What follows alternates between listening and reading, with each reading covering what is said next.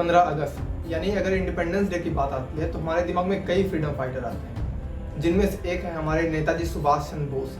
उनकी लाइफ इतनी इंटरेस्टिंग और मिस्टीरियस थी कि कई चीज़ें तो हमको आज तक उनके बारे में पता नहीं चल पाई। तो आज 75th इंडिपेंडेंस एनिवर्सरी पर हम उनके बारे में जानेंगे और ये भी जानेंगे कि उन्होंने किस तरह हमें अंग्रेजों से आज़ादी दिलाई। नेताजी सुभाष चंद्र बोस जो कि बहुत अमीर और रईस बंगाली फैमिली में पैदा हुए, क्योंकि फादर भी लॉयर थे और भाई भी लॉयर थे, तो घर के इसी पढ़ाई के माहौल की वजह से तो नेताजी भी शुरू से बहुत ज़्यादा टैलेंटेड थे और वो अपने एकेडमिक्स में टॉप किया करते थे। और उनके फादर चाहते थे कि वो ICS यानी कि इंडियन सिविल सर्विसेज का एग्ज़ाम दे और उसमें सिलेक्ट, और इसी वजह से उनको इंग्लैंड भेज दिया गया 1919 में। जिसके बाद वो वहाँ पर पहुँचे और उन्होंने एग्ज़ाम लिखा और वहाँ पर IAS के एग्ज़ाम में सिर्फ और सिर्फ 6 वैकेंसीज थी, जिसमें उनका 4th पोजीशन आया, क्योंकि पहला स्टेप उन्होंने कंप्लीट कर लिया था और उसके बाद उनकी सेकंड स्टेप की बारी थी, जिनमें कई लैंग्वेजेस पूछी जाती है, जैसे इंग्लिश लैंग्वेज हो गया, एंशियंट हिस्ट्री हो गया और इंडिया के बारे में कई और चीज़। तो उनको सेकंड एग्ज़ाम देने के लिए वेट करना था, क्योंकि ये सब सब्जेक्ट उनको अच्छे से तैयार थे। इस वजह से उनको एक भी डर नहीं लगा इसका एग्ज़ाम देने में। 1920 और 1921 के बीच में उनके और उनके पेरेंट्स के बीच में काफ़ी डाउट्स क्रिएट होने लगे, जिसकी वजह से उन्होंने फाइनल एग्ज़ाम देने से मना कर दिया। और जब उनको पता चला कि इंडिया में ऐसे नेशनलिस्ट मूवमेंट की वजह से काफ़ी दंगे हो रहे हैं, फसाद हो रहे हैं, तो उन्होंने ये डिसाइड किया कि वो अब एक भी पल यहाँ नहीं ठहरेंगे इंग्लैंड, और उनको यह लगा कि सिविल सर्वेंट का एग्ज़ाम छोड़कर वो अपने देश द्वारा चले जाएँ, अपने देशवासियों की मदद करें। और इंग्लैंड से आने के बाद नेताजी ने नॉन कोऑपरेशन मूवमेंट ज्वाइन किया गांधी जी के इंडियन नेशनल कांग्रेस पार्टी में, जो कि एक बहुत नॉन वायलेंट ऑर्गेनाइजेशन था।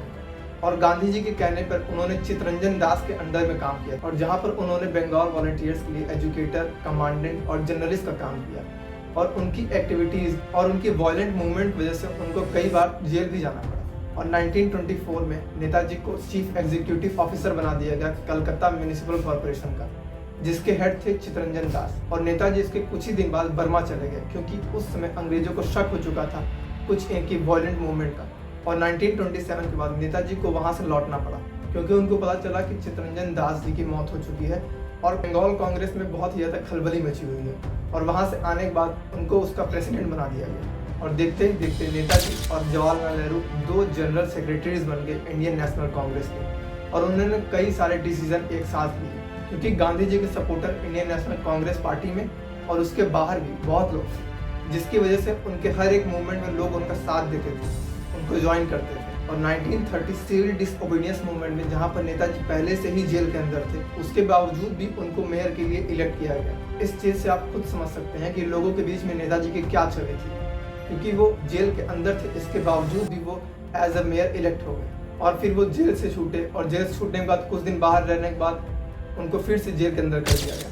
और ऐसा ही उनके साथ कई बार हुआ, बहुत बार वो जेल गए और बहुत बार वो जेल से छूटे भी, क्योंकि सुभाष चंद्र बोस को गांधी जी के तरीके पे बिलीव नहीं था। उनका तरीका कुछ अलग था, उनका तरीका वायलेंट था।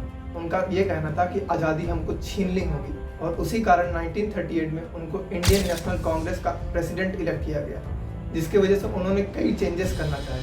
उन्होंने सोचा कि अब इस देश में इंडस्ट्रियलाइजेशन लाएंगे, लेकिन वो भी गांधी जी के खिलाफ था। गांधी जी का कहना था कि हम अपने देश की चीज़ देश में ही इस्तेमाल करेंगे और उसको वहीं पर बनाएंगे। और उसी कारण 1939 में बोस ने सोचा कि अब वो प्रेसिडेंट के पद से रिजाइन कर दें, और उसी के बाद उन्होंने फॉरवर्ड ब्लॉक की पार्टी फॉर्म की, जिसके कुछ दिन बाद उनको फिर से जेल में डाल दिया गया। और उन्होंने ब्रिटिशर्स से मना किया कि वो जेल में ही रहेंगे, और कहा कि वो भूख हड़ताल करेंगे, जिसकी दबाव के आने की वजह से अंग्रेजों को उनको छोड़ना पड़ा। और फिर 1941 में वो कलकत्ता से एक पठान का रूप धारण करके मॉस्को चले गए, और फिर मॉस्को से वहीं पर वो जर्मनी पहुंच गए। उसके 1.5 साल बाद नेताजी साउथ ईस्ट एशिया में, जहाँ पर जापानियों ने कब्जा किया हुआ था, वो वहाँ पर सबमरीन और प्लेन से पहुँचे और वहाँ हो रहे क्रांतिकारी आंदोलन में हिस्सा लिया और उसको लीड किया। और वहाँ पर पहुँचने के बाद नेताजी ने जापानियों की मदद से 40,000 जवानों की एक फौज बनाई, जिसका नाम रखा आज़ाद हिंद फौज। उनकी उस 40,000 सोल्जर वाली आर्मी ने रंगून से रवाना होते हुए इंडिया पहुँचे, और वहाँ पर जापानी एयर सपोर्ट की कमी से उनको हार का सामना करना पड़ा। लेकिन उनके इस हार के बावजूद उनका ये जलवा कायम था पूरे इंडिया में। सब लोग जान चुके थे कि नेताजी किस मिट्टी के बने, और वो उनमें से नहीं है जो जल्दी हार मान जाए।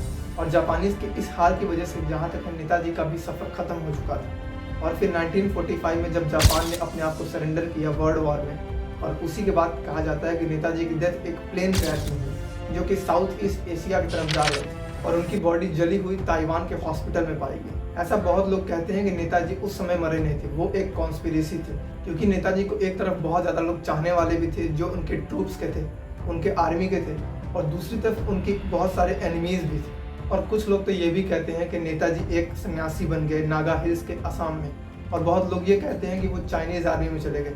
और एक बार तो उन्हीं के जैसे एक आदमी को एक फ़ोटो में देखा गया था जहाँ पर वो जवाहरलाल नेहरू के साथ। और ऐसे कई रिसर्च पेपर पब्लिश किए गए जिसमें ये प्रूव किया गया कि नेताजी अब तक जिंदा है, क्योंकि वो मिथ अभी तक पता नहीं चला था कि नेताजी उस प्लेन क्रैश में मरे भी थे या नहीं। और नेताजी की इन क्रांतियों की वजह से हमारे देश में बदलाव आना चालू हुआ, लोगों ने अपनी आवाज़ उठाना चालू की, लोगों ने लड़ना चालू किया अंग्रेज़ों के खिलाफ, और उसी की बदौलत है आज हम यहाँ पर हैं। और वीडियो कैसी लगी नीचे कमेंट में लिख के ज़रूर बताइएगा, और अच्छी लगी तो प्लीज़ शेयर कीजिए और सब्सक्राइब कीजिए चैनल को। और नीचे आप ये भी बता सकते हैं कमेंट में कि मैं अगला वीडियो किस टॉपिक पर बनाऊँ। तो मिलते हैं अगले वीडियो में।